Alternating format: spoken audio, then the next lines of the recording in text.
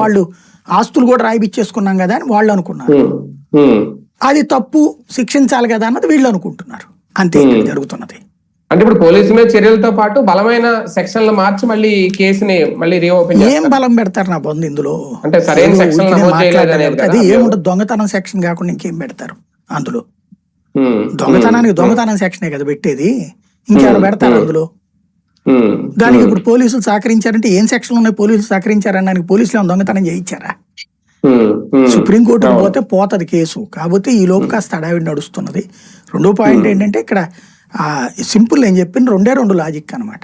ఒకటి, ఇందులో అతనికి సంబంధించి వేరే ఎవరన్నా లబ్ధి పొంది ఉంటే పోలీసు అధికారులు వాళ్ళు ఖచ్చితంగా క్రైమ్, వాళ్ళ మీద కేసు పెట్టా తప్పులేదు. ఇంతవరకు ఎవరు లబ్ధి పొందినట్టు ఏమీ తేలలేదు. ఓన్లీ అక్కడ ఎథికల్ అనెథికల్ యాక్ట్ అనే యాక్ట్ అనమాట. అంతే. చట్ట ప్రకారం చేశారంటే చట్ట ప్రకారం చేయలేదు అంటున్నారు. లోక్ అదాలత్ అంటే చట్ట ప్రకారమే. అట్లాగే 50 లక్షల రూపాయలు డబ్బులు జడ్జి గారు పెట్టుకున్నారంటే చట్ట ప్రకారమే. రిజిస్ట్రేషన్ ఊరికినే కాదు కదా ఇచ్చేది, ఆయన కష్టార్జితం నుంచి తీసి ఇచ్చారు డబ్బులు.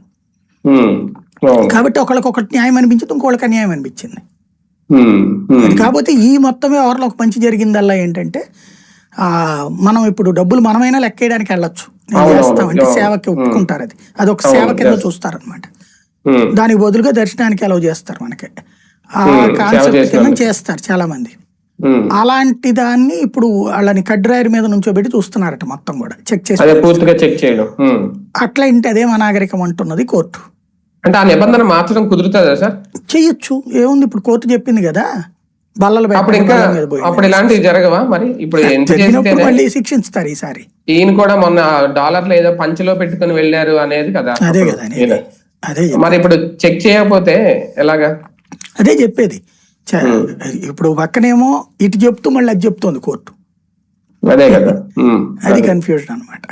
చూడాలి ఏం జరుగుతుంది. రైట్, చూద్దాం. మొత్తానికి ఈ పరకామణి కేసు ఏదైతే ఉందో, శ్రీవారి తిరుమల శ్రీవారి పరకామణి